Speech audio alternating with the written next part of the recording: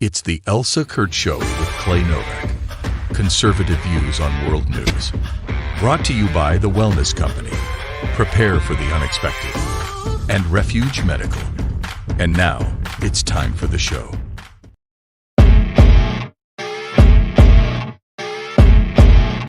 Well, hey friends, welcome back for another episode. Clay and I are ready to talk about all of the stuff and things, right, Clay? Yeah, I think everybody, including me, is happy you're back.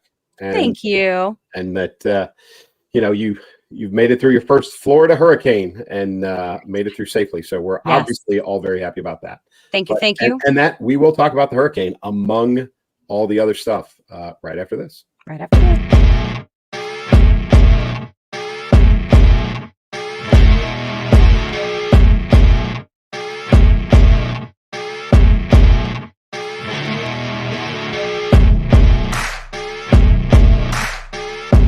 Oh, hey, my friends. Yeah, so we'll touch like super briefly on the hurricane, and then we'll go in depth in it and a little bit more. But just to follow up on that, yes, my first, I don't know how it's possible, but that was my first Florida hurricane.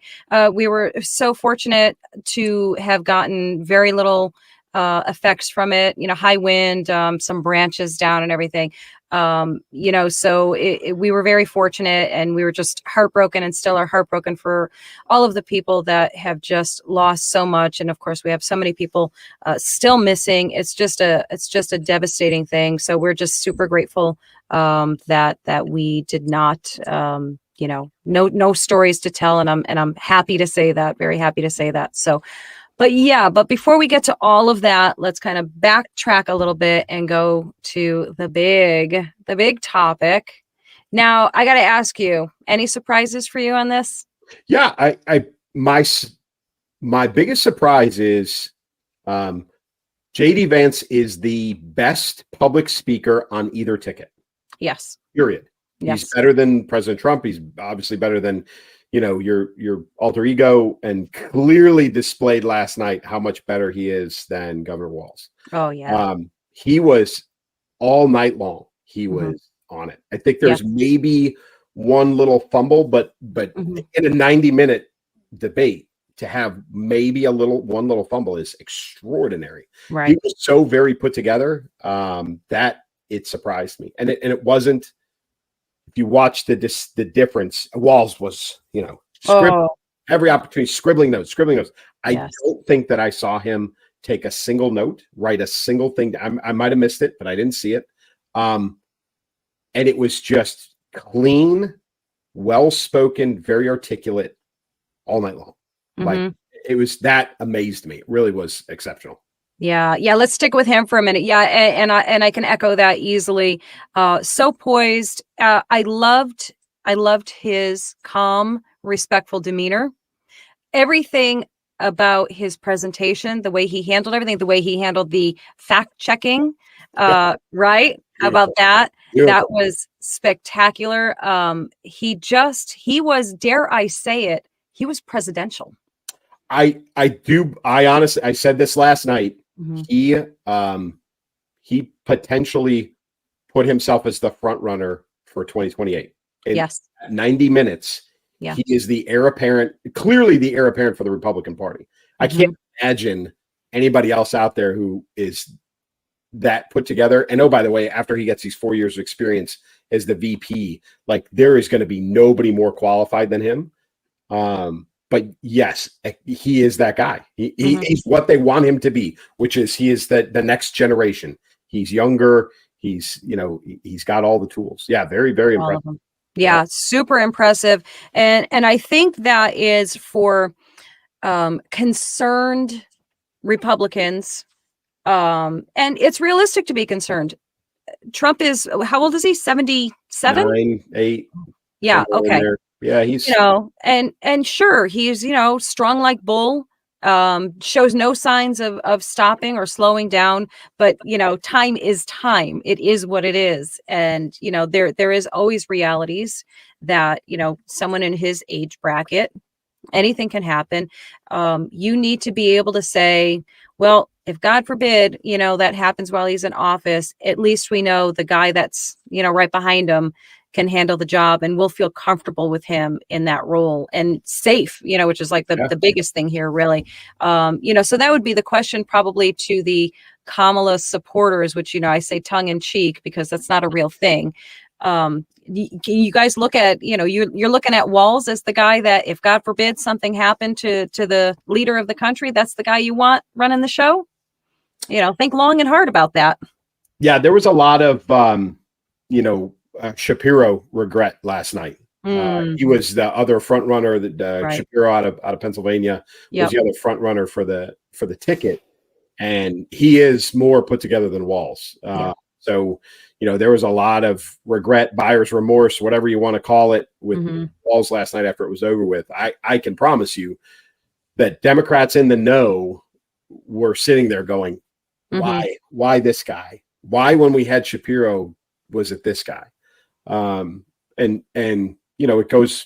It's a difference in, I think, methodology. I think that, anybody who's been in business, which, obviously it's Trump's wheelhouse, that's what he does, is you surround yourself with great people, and really, really smart business people make their number two as good or better than they are. Right. Because I hate to say it, then they can relax a little bit. Yeah, absolutely. Smart leadership, right? And the Democrats are the opposite. They want their number two to be dumber than they are, so they're not a threat to the throne. Yes. Right. And if you go back and you say, I'm President Obama and I need a VP dumber than I am, and he picks President Biden, and then President Biden says, I need a VP dumber than me, and he picks Kamala Harris, and then she says, I need a VP dumber than I am, and we end up with Walz. So that's I think that's how they ended up where they are. Because, that's actually the question I was going to ask you, Clay. Like, if you could speculate, why him? And I think you just hit it right on the head. I think that's it in a nutshell. Yeah, I think that's part of it. I think there was this assumption that he was going to appeal to Midwesterners, which he doesn't. No. He doesn't pull Midwesterners as, because he's further left than she is. I mean, if there's anybody that's close to communism, it's actually him. Right. And so, you can say Midwest all you want, but, like everybody else from states like Minnesota, he got elected by Minneapolis. He didn't get elected by the rest of the state. Very much like Governor Pritzker in Illinois got elected by Chicago. And Governor Shapiro, in Pennsylvania got elected by Pittsburgh and Philadelphia. So he doesn't necessarily pull Midwest values into the mix, which I think not at all. Right. But and he's a white guy, and I hate to say that there has to be a balance, but when you've got, Kamala Harris and I'm not going to, go down the President Trump route, whether she's black or Indian or Caribbean or whatever you want to, right. She's a woman of color.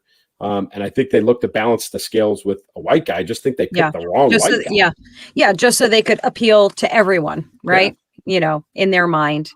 The whole touch on it just for a second. The whole debate over her ethnicity, her color. On its surface, absolutely, it's a ridiculous thing to even be discussing, because realistically, who actually cares? And the only reason anyone cares is because she has been portraying herself as one thing, which she's not. Potentially, I don't really know. Candace Owen has been doing the deep dive on that. Yeah, she has. Like real deep dive. Which was pretty wild. I mean, she's brought up some interesting stuff. I have not followed that closely because, frankly, I don't care enough about that for it to be an issue. I get why it's an issue for people. It's the lying thing, all of that. It's, it's the pandering potentially, but the pandering is nothing new from them. I mean, we see it constantly. This is their game that they play. And shame on everyone who falls for it every single time. So she's not new to this. She's just carrying on a tradition of pandering to whatever crowd she's standing or sitting in front of, So, I mean, whatever on all that. Back to the debate. Walz, man, right from the beginning, he looked like a deer in headlights. It was bad. It was so bad. And it was so definitive. Within minutes, people were like, oh yeah, well, this is a foregone conclusion here.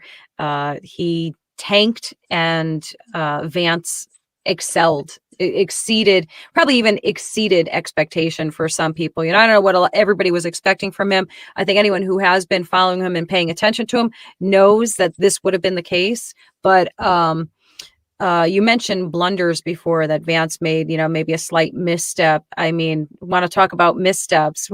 I've got a couple for you. Let's see. Let me do the little one. This is very short. So I've become friends with school shooters. I've seen it. What? We all heard it. We all heard it. We all heard it. That was a big, like, if you were looking down, you went like this. Yeah. Right? Like, that was, wow, what a slip. And this one's a little bit longer. But I want to be able to discuss it for everybody. So take a watch. Walls. You said you were in Hong Kong during the deadly Tiananmen Square protests in the spring of 1989. But Minnesota Public Radio and other media outlets are reporting that you actually didn't travel to Asia until August of that year. Can you explain that discrepancy? Yeah, well, and to the folks out there who didn't get at the top of this, look, I grew up in small rural Nebraska, town of 400, town that you rode your bike with your buddies till the streetlights come on, and I'm proud of that service. I joined the National Guard at 17, worked on family farms, and then I used the GI Bill to become a teacher, passionate about it, a young teacher. My first year out, I got the opportunity in the summer of 89 to travel to China. 35 years ago, be able to do that. I came back home and then started a program to take young people there. We would take basketball teams, we would take baseball teams, we would take dancers, and we would go back and forth to China. The issue for that was to try and learn. Now, look, my community knows who I am. They saw where I was at. Look, I will be the first to tell you, I have poured my heart into my community. I've tried to do the best I can, but I've not been perfect, and I'm a knucklehead at times. Wow. And let me just repeat. The question was, you said you were in Hong Kong during the deadly Tiananmen Square protests in the spring of 1989, but reports say you didn't travel to Asia until August of that year. Can you explain the discrepancy? Which she repeated the question. And, he tried. I know what he tried to do. He tried to do the Kamala Harris thing, the word salad. Let me tell you, if the question is, can you tell us how you're going to fix the problem? And she says something along the lines of, well, let's talk about the problem and the root of the problem. And when you have the roots of a problem, and I feel like they were like, just do that, Tim, and it'll be great. You got this. You don't have to answer. Just take up all the time and nobody will notice. And it didn't work because he did it so bad. It was so bad. He didn't confuse anyone. He just sounded so dumb, and it was so blatant that he's trying to distract. He sounded like a knucklehead. I mean, and that's the other part of that. Can you imagine? Do you want a vice president who just bumbles about and says, well, I'm just a knucklehead. What can I tell you? Yuck, yuck, yuck. Come on. I mean, that was disastrous. The difference between him and Vice President Harris is he knows he's a knucklehead. It's the only difference. She doesn't even realize how dumb she is. I mean, that's part of the problem. Mm-hmm. But he, the all shucksy kind of homey kind of thing. Mm-hmm. The last time somebody played that game was President Carter, who just turned 100, by the way. So crazy. First president to ever, reach that. But it's wild. He did the I'm just a Georgia peanut farmer, kind of thing. Mm-hmm. And it played well in the beginning, but really he was incompetent, as a president. Great diplomat afterwards, but as president, he was terrible.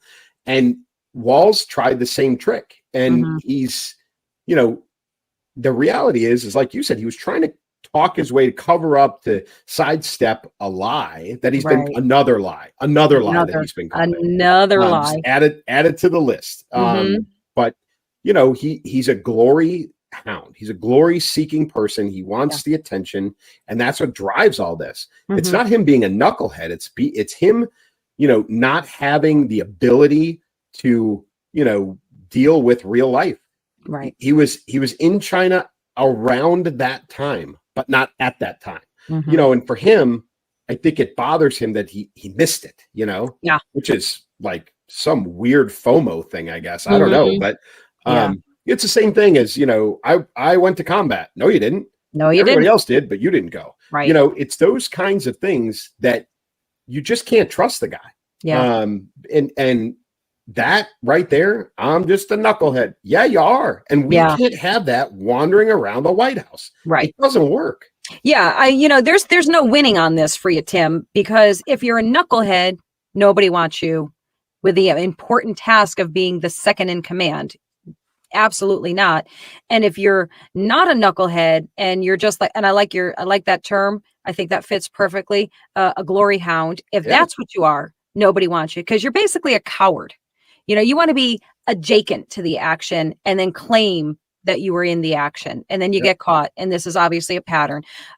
This is not a human being that you want in any kind of leadership role. And it boggles the mind that he's even where he is at this point. Like it is mind boggling to the fullest extent that he's the pathological liar that has told the lie enough times that he believes that it happened.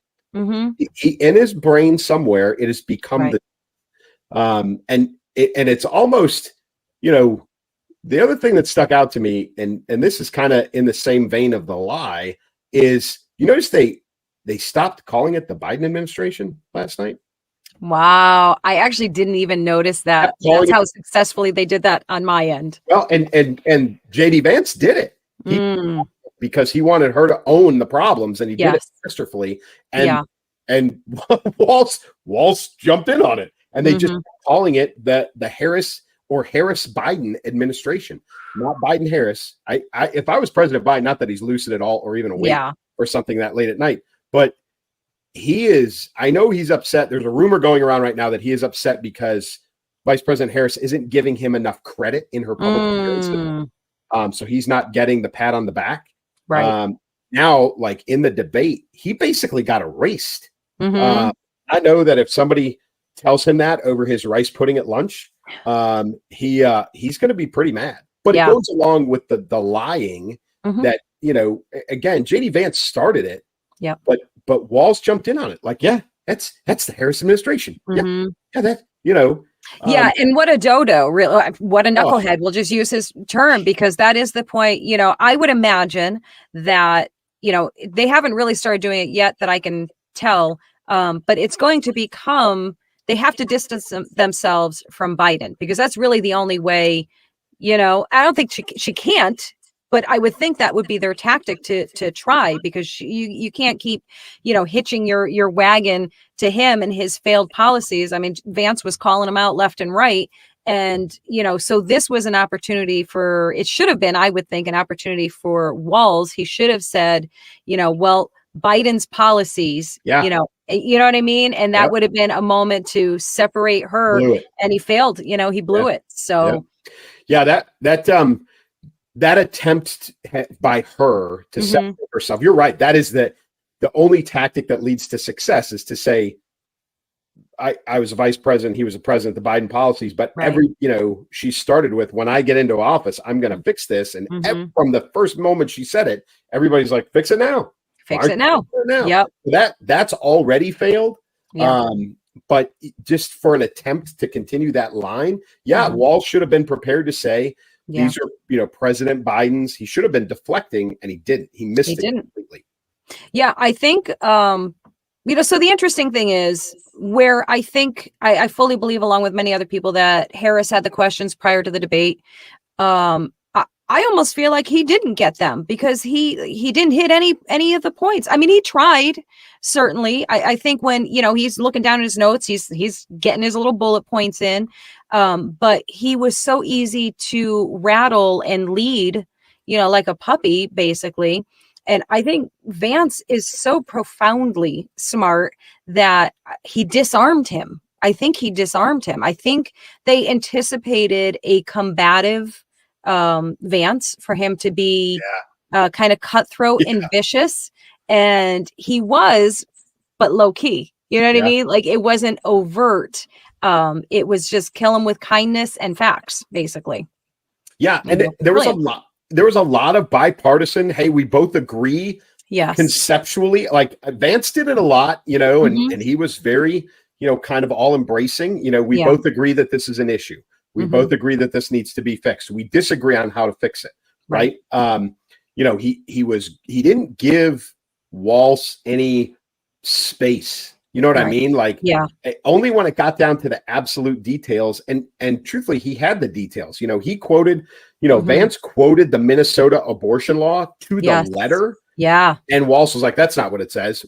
If you watch social media after that, like 10 million people posted screenshots of the abortion law from Minnesota that was like, yeah, that's exactly what it says. Right. And Vance came with all the receipts afterwards, shortly after all the receipts, posted them, basically said, here you go. Everything I said is 100% factual. So knock yourself out trying to dispute that. The only thing I wish he had kind of kicked back at Walls with that whole abortion issue. Walls, of course, was denying the whole late term abortions and all of that stuff.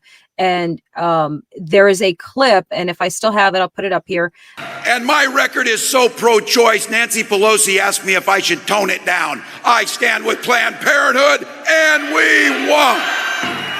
Wow. And he wouldn't. So that's a real clip. I'll put it up there.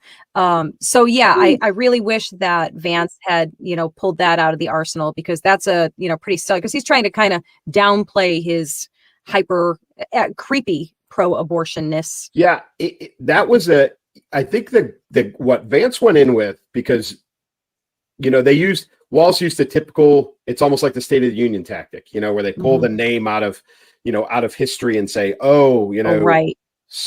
Jane Doe, blah, blah, right? blah. And you put a name to the tragedy, right? And it humanizes it, and it makes it a thing. And I think what Vance's, strategy was, you can't dehumanize it. So he was in a little bit of a little bit of a box, which he handled very, very well. Very well. But he, there was that whole, like, you can't dehumanize the issue. And it's, he handled it probably better than almost any Republican that I've heard in the last 20 years. It was smart in every possible way. I think that, had he come in with that hard, or that perceived hard Republican stance on that, and he didn't do that. He came in with a very gentle touch, really, and kind of like a, I don't want to say open-ended, but an openness, I guess I would say, to, like, this is a conversation, that we're willing to have, and, and try and find some ground here where everybody can be as happy as everyone can be with this. Made great points. He just stayed. It was so refreshing to see. I would say it was one of the best debates I've ever watched, to be honest with you, in that arena, because it was a genuine debate. It wasn't, Yeah, they both behaved themselves, which was nice. Yeah. There was only there was a little bit of, exclude the moderators, and like they conversationally were back and forth, which, the moderators, as usual, were terrible. Awful. But they were smart enough at the right times to stay out of the way of that conversation. And they really did kind of let it go. And actually it became a debate forum, and it was nice. It was a nice change. Vance with the abortion thing, it's an interesting approach. And the direction he took it was, we have to find better family solutions, which, is a softer, stance than anybody's on the Republican side has taken over the last 20 years. So that was good. But, I think his go-to, because I heard he said it enough, and I know that it's a little bit of a bumper sticker, but I think when he kind of got into a bit of a jam, or he didn't really, which wasn't often, but if he wanted to make a point, he kept going back to, it's about the economy, and the economy is driven or is messed up right now because of the border policy. No matter what they were talking about, I think in his head it was connectivity to the economy, and then connectivity from the economy to bad border policy. He could draw in housing, he could draw in inflation, he could draw, it didn't matter what it was. If he could pull it into the economy, he could pull it into the border, and he kept going after the border. So he was better prepared with his outs. If you're a poker player, he's better prepared with his outs than Walsh was. I don't know whose Walsh's prep team was, but they were terrible. Or maybe he is, or maybe he's just a knucklehead. And it might be just the knucklehead that he claims to be. He may be just exactly that. But yeah, Vance was really, really smart in his choosing with, his what do you call it again? What did you call it? Not his fallback. What was it? Oh, his outs. His outs. There you go. Oh, yeah. He was very smart with his outs because they knew that, in those polls, when people were, getting these polls, that that was where they were scoring very high, that people really agreed that, we got to do something about this illegal immigration problem that we have. So he knew that going in. So keep driving home the point that people really resonate with on both sides. Like that was a universal sentiment from, whoever the heck was polled, that everybody's pretty much in consensus. This is a problem. We're having a big problem. So like you said, keep bringing it back to that. And he was able to make those ties, those connections. Like you said, housing, why housing is and will continue to be unaffordable for the American people, so on and so forth. So that was, the guy's just amazing. I mean, I can't. His two big moments though. Mm-hmm. One was fact checking the fact checkers. Yes. Right. That was awesome. He got him. There's no doubt about it. He got him so good they had to turn off his mic. Right. So that was one. And the other one was, he was the first person I know all of us have been kind of screaming this along the way, but he was the first person to say out loud where he's like, Governor Walz, I don't envy you. I feel sorry for you because you have to stand up here and you have to talk about how great her performance has been and hasn't been. And you have to talk about how great her policies are, and they're not. And they're not. And I feel sorry for you for being stuck on this bandwagon. You know what I mean? Like that whole kind of, it was like not a rant, but it was just like that statement was so impactful that it wouldn't matter what Walz said after that for the rest of the night. It was just like, I'm sorry, buddy. You got fed the sandwich and now you got to eat it, and that's really what it was. Yep. Sucks to be you. I feel bad for you. And Walz is such a dolt, that he was, he didn't know what to say. I don't think he knew how to handle that. I think what they mentally, literally prepared for was nothing like what they actually got with him. I think they expected snarkiness and, outright hostility, and they were unprepared. And, Vance is just way, way too smart for all of them. Yeah. Okay. So we laid this out. Now, do you think any of that moved the needle last night? Do you think that moved the needle at all with voters? I actually think that it could have. I think it could have. If anybody came in with even a remotely open mind, or just simple curiosity, it's hard to, we are by nature, we're a little bit on the superficial side, right? It's just a human nature thing. We like things that are packaged attractively, and we just like it, right? Obama is a perfect example of a wonderfully packaged pile of stuff, but articulate, and I hate to make the comparisons because we're, it's apples and oranges, but, I'm talking about an aesthetic, really. The aesthetic of JD Vance versus Tim Walz. I mean, if you went with that alone, if our superficial voters were going on anything, they would probably go, I like him. I like the way he sounds really smart. I'm going to vote for him. Let's face it. There is a portion of our voting population. I don't want to say it's a huge portion, but they're not really voting on issues. They're voting on likability. And I feel like Vance gave an incredible amount of likability balanced with intelligence. And I think he was just the whole package. It sounds like I have a crush on him. I honestly don't. I just think he's that good. No, I mean, so moving the needle for this election, even a little bit's going to matter. I feel like it really could have. Because in the 6 battleground states, which are going to determine the election, they're going to be close enough where a 3%, a 2% needle shift is big. Yeah. So if it moved it that much, I would tell you that, while Walz in some places he may not have lost ground everywhere, but he didn't gain ground anywhere, like literally nowhere. Right. So, Vance may not have gained ground in some places, but he did gain ground in other places. So there is a plus, I think, overall to the Vance side. I did love, like you said, his purse, his likability. They're calling it the Vance glance now. Have you seen this? So when he was like turning and then he was like breaking the fourth wall and like looking at the camera. Yeah. Love it. It was brilliant. It was great. But I agree with you that, that I think there was a potential for a slight needle move, which could be significant. Yeah. Because if you think about your lukewarm Trump voters, that they're like, I mean, I guess I'm going to vote for him because, I've got to, but maybe I could be swayed the other direction if they come across good enough. I think Vance solidified for them. Like, no, because this guy's next, he's in the wings. I'm good with that. That'll work for me. And then your undecideds. I mean, we're always talking about the undecided voters, What about October surprise? Right? They always talk about the October surprise. I know. Do you think there's still one out there? Do you have any prognostications? The way things have been going, I can only imagine that there will be.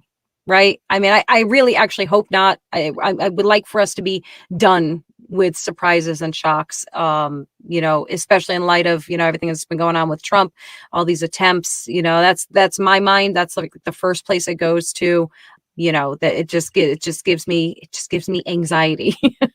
So I'm hoping for no October surprise, but I won't be surprised if there's a surprise. How about you? No, I think so. There has a potential in it, and it comes from, one of our next two topics. Where are we going next? The dock worker strike? Is that we can go there next? Let's go there next, because I think this is the one that may generate a surprise. And I know that the Democrats are working to not have this impact anything. But this has the potential to. Yeah. So for those, I think everybody is tracking this already. So the International Longshoremen's Association, which are the dock workers for the entire East Coast, went on strike.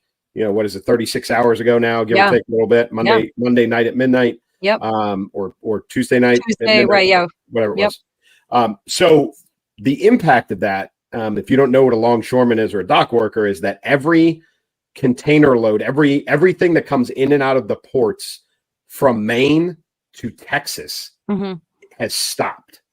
None of that stuff is being offloaded off of ships or loaded onto ships. Now, this guy, Harold Daggett, if you've seen this guy, he is the head of the Longshoremen's Union Association, whatever it is.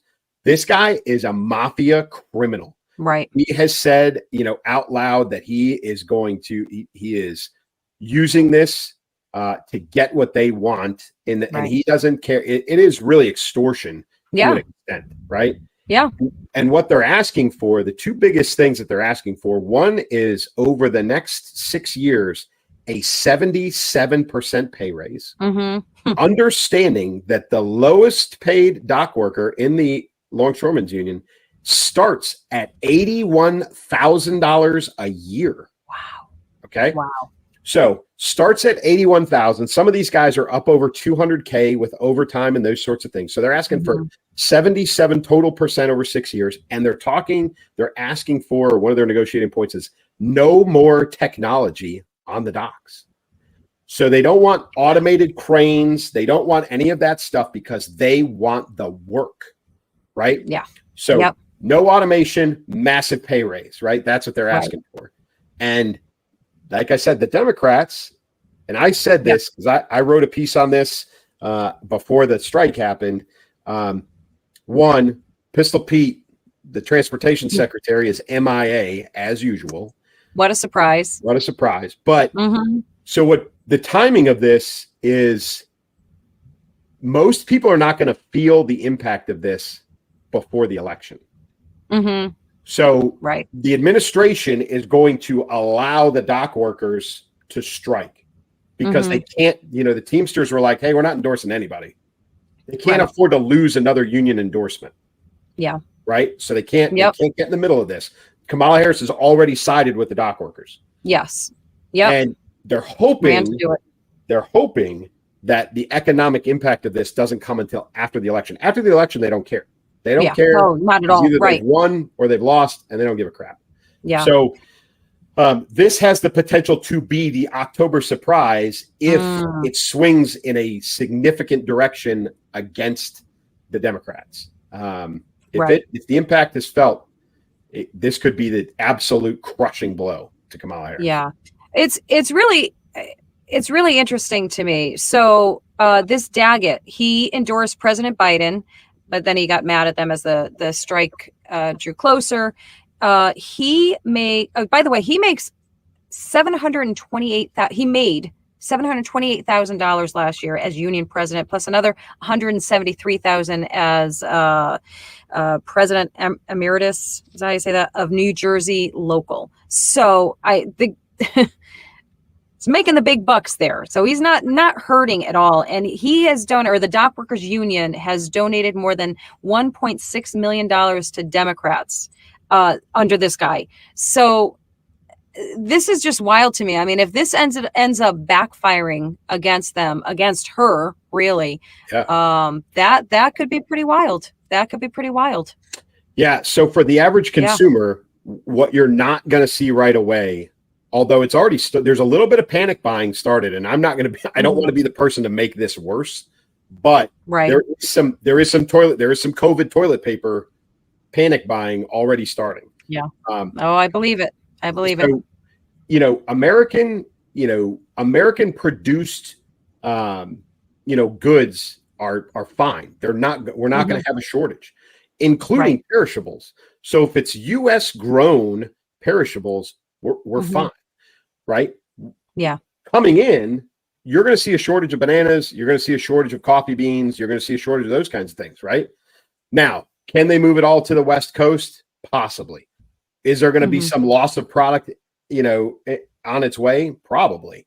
But what the economic impact is going to be when exports are no longer going out, right? So we're not going to have critical shortages of, need to have things to live, to survive, at least in the near term.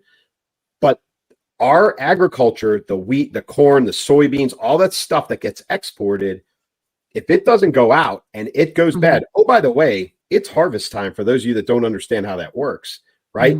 That stuff's all got to go, and it's got to go quickly. So our agriculture industry, all the way down to the individual farmer, is bracing for a catastrophe. Yeah. Because this stuff has the potential to be completely lost with no, again, we'll have it here in the United States and it'll drive prices down, which will be nice if they can't export it. But if they can't export it, it's an economic disaster for the agriculture industry. So, this strike is, again, probably not going to feel the immediate impact. But if panic buying starts and you start to see shortages in the stores, it could turn very bad for the Democrats. Has Trump spoken out yet on how he would handle this? I haven't seen anything. He's always pretty cautious. Yeah. Most of the union guys in and around the tri-state area really like him. And this may be another one of those instances, very much, and we're going to talk about Israel here in a minute, but where he could be the guy that walks in and goes, listen, we got to stop, and he cuts the deal himself. He has that potential. Right. He also has, which Kamala Harris doesn't have, that he has the Reagan, set of stones to be like, okay, you're all fired. Right. This is a national emergency. Yeah. You're putting the country itself at risk. We're not going to tolerate this stuff. Yeah. Kind of in the same vein of how Reagan handled the air traffic controllers, Trump may just be like, hey, listen, if you guys pick it and you don't go back to work and you stop if you stop progress, we'll just start arresting you. You know what I mean? Like, he's the guy that will go in there and cut through the BS and get this thing fixed. Right. So no, I haven't seen anything from him, but he is a guy, again, he has the gravitas to walk in there and fix it. Oh yeah. Yeah, absolutely. Absolutely. Oh boy. Well, obviously that's going to be one we're all going to be watching anxiously. And to be honest with you, a little angrily too. My feeling after hearing all that is kind of like, how dare you son of a guns, like, you're making money hand over fist. Yep. Wow. Yeah. That's, and with the knowledge and the don't give a hoot, that it could and would cripple our economy. Like, really? It's a bad look, bad optics, if you ask me, but what do I know? Hey, let's get back to your hurricane. Oh my goodness, that hurricane. So yes, you know, as we said in the beginning, my very first Florida hurricane, still don't know how that's even possible with as many times as I go. My whole life really I've been going to Florida very regularly, so I don't even know how that's possible.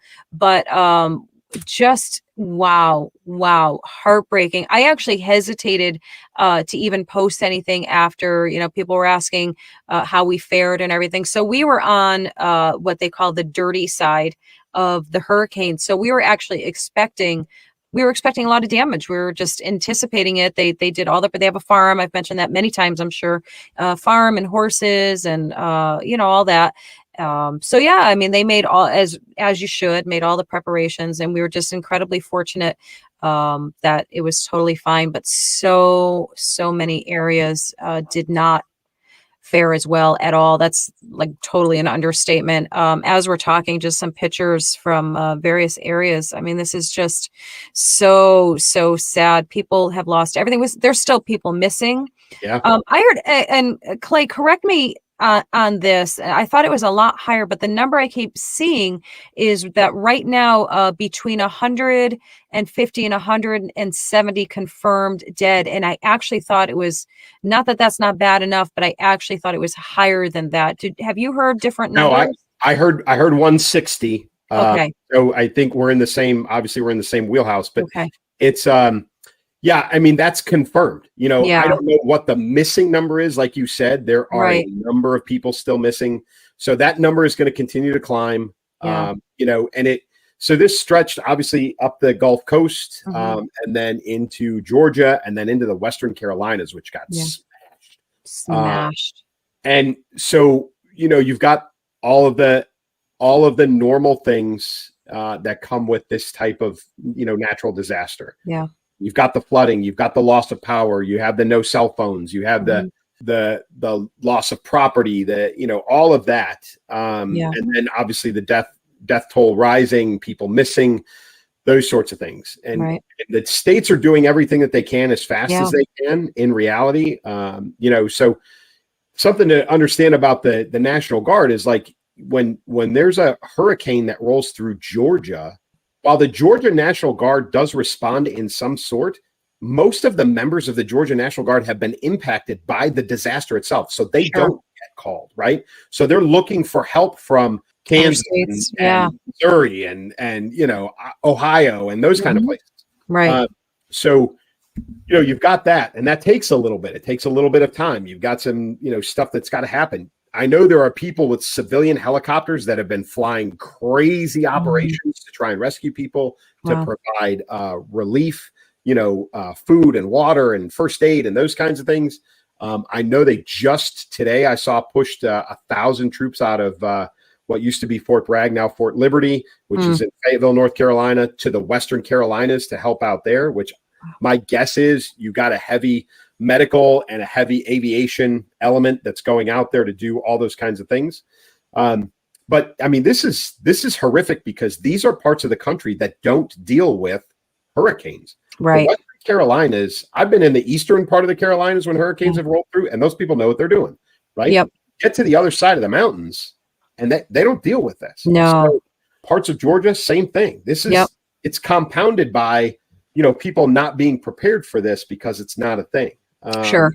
And President Trump, acting presidential, the day after it happened, he flew in, ponied up $25 million out of his own pocket, and started a GoFundMe that was up over another couple of $1 million. I was going to say the first number I saw was like 900,000 in a matter of like hours, and you know. So he was in there acting presidential. President Biden was asked on Monday at a press conference why he wasn't, I think it was Ducey. Of course why he wasn't at the White House commanding, controlling him or Vice President Harris. Yeah. You know, and he did what the grumpy old man does. He snapped back and he said, I was commanding. I was on the phone for 2 hours yesterday when there's tons of pictures of him laying on the beach. Yes, exactly. You know, kind of thing. So again, we have an absent administration. Right. Continue much of the same, but you've got the one guy acting like a president. Who is not yet the president. Right. And he's standing in the middle of where people need him to be. Yep. Right.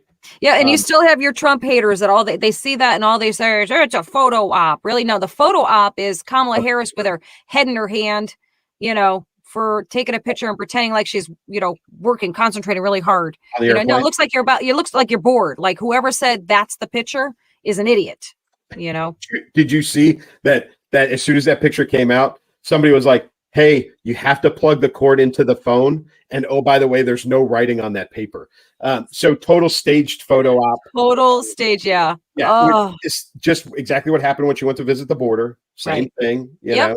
What'd they say? She was there for like 20 minutes, took her pictures, pretended to, be really interested. And then as soon as the cameras were done, she was out of there. Yeah. So horrendous people.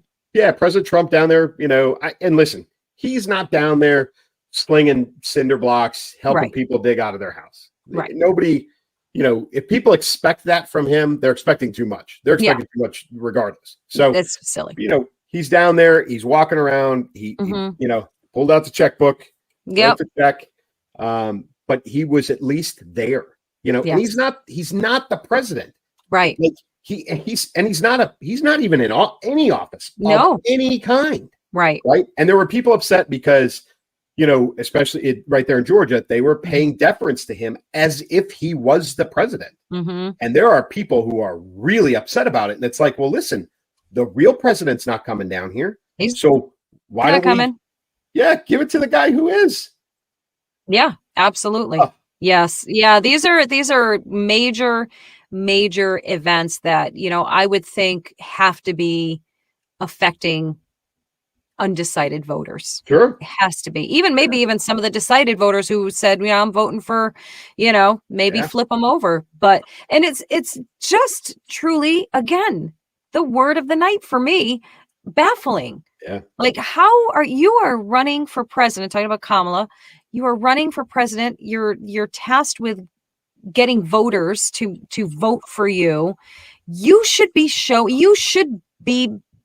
your face at things. You should be doing press conferences. You should be out ahead of all of this at every turn and, making the show of it, because we know with her, it's a show. And they're not doing any of these things. She doesn't understand leadership. And that's the difference. President Trump understands leadership. He does. Mm-hmm. Right. I wrote a blog a couple of years ago at the train derailment, right, in Ohio. That Pistol Pete was also not at. But good leaders in the military understand something called the point of friction, right? Yep. And it's not necessarily where the battle's going to be or where it's the point where there's going to be the most friction, and that you as a leader can deconflict that and make things go smoother, right? Mm-hmm. And that's what President Trump understands. He goes down to Georgia. He's not there. He doesn't get in the middle of things. He doesn't, he takes a quick tour. He sees how bad it is. Yeah. He understands. He commiserates with people a little bit. He writes a check and then he leaves. But he shows his face, and that alone sometimes is uplifting. Yeah. Yeah. Yep. So, Yeah. I how many more times can this administration drop the ball? Every time. And you're right. It's been every time, every circumstance, another big ball drop that has been from the moment, since October, is this, this stuff.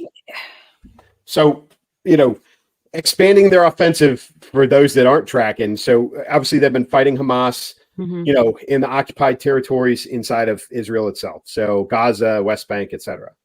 Hamas is an Iran-backed terror organization. You can say they're the government for the Palestinians, elected government, which they are. They're still a terrorist organization, right? Hezbollah, which is another Iranian-backed terrorist organization, operates out of Lebanon, right? And so they have been, sworn enemy of Israel, have been poking their nose into this. They've been launching strikes out of Lebanon, into Israel. And Netanyahu finally said, I've had enough. And, there was some pretty extensive strikes. I don't know if you've seen it, but there is a great graphic of the entire top 3 levels of the Hezbollah chain of command. And every picture has got a red X over it because they killed all of them. They're all gone. Right. So, Hezbollah has been crippled. And then they started selective ground invasion again into Lebanon. And as a result, so you've got the two Iranian-backed terror organizations. Oh, by the way, they also struck some Houthi targets down in Yemen, another Iranian-backed terror organization. And so what you got was last night or the night before, yesterday during the day, last night there, Iran launched 100 missiles. It's just like last time. They launched them. They had to fly over Iraq. They had to try to get to Israel. Half of them were destroyed en route by U.S. posted air defense that's forward in theater. And then the rest of them hit the Iron Dome. And I think the only one that caused any injuries, there were no Israeli casualties. One rocket or one missile landed in Gaza, for crying out loud. Right. And there were some minor injuries because of that. So wounded Palestinians as a result. So, Israel's dealing with all this. And in the meantime, we find out that Biden hasn't spoken to Netanyahu in months. Months. This is crazy. How is this even possible? This is the I don't even want to call it inept. I mean, it is inept, but how does anybody explaining this? It's like literally nobody cares. Like nobody cares. Well, I can tell you who stopped caring, and that's Netanyahu. Yeah. He doesn't care what the United States thinks right now because he knows the administration's a joke. Yeah. He knows that I think he would probably take a phone call from Secretary of Defense Austin, right? He might take a phone call from the Secretary of State, but right now that would just to humor them. Yeah. He does not care what our opinion is. No. Because who can blame him? Who can blame him? Nothing. Right. Literally nothing to help them. We've played both sides against the middle. We've been fence riding this whole thing, and he's done screwing around with it. So, and good for him. This is piss poor diplomacy on our part. Awful. Really, really bad. And it just is icing on the cake to every other bad thing that's going on right now. Right. Yeah. Well, you have Netanyahu going over to Mar-a-Lago to hang out with Trump, have that conversation with him. You have Zelensky showing up, meeting with Trump. I mean, these are, that didn't go well, by the way. No, it didn't. But he still showed up, still went and talked to him. I don't think he left happy. No. That's very interesting. Very interesting that they're like, well, we're going to have to deal with him. So, I mean, I think that's to me, that's a clear sign that they all believe who the next president is going to be. Otherwise, why would they bother? Why bother? No, they know. I think, outside the United States, they look inward, and everybody pays attention to our elections. I mean, they have to. Every ruler in the modern world, that has really everybody pays attention to our elections. So, and I think that they all know that Trump is he's the front runner and he is likely going to be the winner. And so they're starting to build those bridges back for those that don't have them. I actually saw a great article the other day when they but they talked to some diplomats from other countries, because there is this perspective, Kamala Harris said, the rulers of other nations are laughing at us. They're laughing at us because of Trump. They're laughing at Trump. They hate Trump. Blah, blah, blah, blah, blah. They don't care. They don't, in the sense of they have no control, and they know that they have to deal with whoever wins the election. Right. And for them, that's par for the course. They know that we turn over leaders every 4 to 8 years. They know that there's a pendulum swing every time it happens. The rest of the world is used to it because it affects them. Right. But as far as them being emotional about it, they're not emotional about it, not even in the least. No, they're just waiting to see how it's going to affect them and what they need to do for their own preservation and success and, economic growth and all of those things. It's like, okay, well, we're not, like you said, we don't have a choice. We're going to work with whatever we got. So whatever's next, it'll be what it'll be. Yep. But, oh my goodness. Well, we didn't bring a single bit of good news, did we? Well, I mean, kind of. JD Vance kicking ass. Yeah. That's good news, right? Yeah. It was a civil debate. Let's just do that. It was two grown-ups standing on stage, not slinging mud at each other. Right. Right. And that's all any of us want. Yeah. I'll take that as good news. I definitely will take that as good news. Yeah. You're right. I like that. Just to kind of like sum up everything, the VP debate was a success for Americans, I think, right? I think that was a success for us to remind us that this can be done with civility. you can land those zingers. You can get your point across, without being trash, basically. Hurricane, obviously, we're all watching anxiously. If you're a praying person, you pray for these people. And if you're a person of action, do what you can. Trump's, of course, got that GoFundMe. If you're able to contribute to that, do it. So many great people out there. Always when you have crisis like this, that's when you see humanity come out. So if there's any kind of silver lining to such an awful catastrophe, it's the people that come out and just offer help. So that's incredible to see. There's some good news there, right? Adding a little bit more good. We're finding it and putting it out there, right? Dockworker strike, man, oh man, we're all going to be watching that anxiously. Don't go and buy all the toilet paper, guys. Please just don't do it. Come on. You exasperate the problem tremendously by doing things like that. We're all going to be fine. So just calm down. Did we hit them all? And of course, Israel, we keep watching and praying for everyone affected there. Oh my goodness. It's been quite a week as usual. And by the way, Clay, as always, I have to say thank you for holding down the fort last week. You slayed. The numbers were phenomenal, sir. You did a wonderful job. Thank you. I have been sharing. So people have been leaving comments in my comment section about the 700 people who signed yes. And they're leaving comments there. And of course, they're from the left, like, well, 700. Blah, blah, blah, blah, blah. I'm like, yeah, here's this link. Go watch this. I think you need a little schooling. And I've been sharing the link to the show. So hopefully they go and watch it because it will give them insight that they simply did not have before or at the time of writing those comments. So I hope they go and watch that show again, or at least that portion of it to get schooled. So thank you for that. You gave me material to give to people and I don't even have to say a darn word. Just go watch this. Yeah, just three words. Go watch this. So yeah, great job. Thank you. And as usual, guys, I do this to Clay in an embarrassingly high number of times where I say like days before. Did I even give that much notice? What a jerk, right? I'm like, hey, guess what? I'm going to Florida tomorrow, and we can't record because I'll have screaming babies all around me. And and Clay's so gracious every time. He's like, no worries, I got it. I'll take care of it. And he does like a boss every time. So thank you. I wanted to give you a public thank you for what you do. I appreciate it. You're welcome. I'm happy to do it. Awesome. All right, guys. I think our next, before the show, we talked about what we weren't talking about tonight. So I'm thinking our next episode, we're gonna touch on this whole P. Diddy. I even hate saying the name. It's so stupid. Gross. So gross, so skeevy. I think we're gonna touch on that next week. I'm sure other things will come up that we'll have to cover as well, but I think that's gonna be one of them, guys. So we'll have a lot to say about that, right? Yeah, for sure. I think we're in the something's got to drop. Yeah. In that case. And I think we're in that time frame where that'll happen. So we will touch on that next week. Hey, listen, Elsa said it about the hurricane.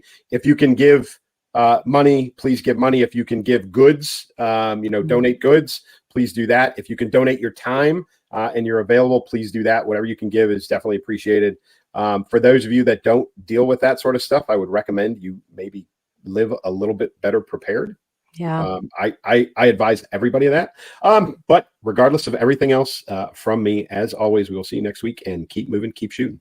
Take care, guys. Get ready for the much anticipated return of Elsa Kurt's beloved series, Welcome to Chance, on October 24th, 2024.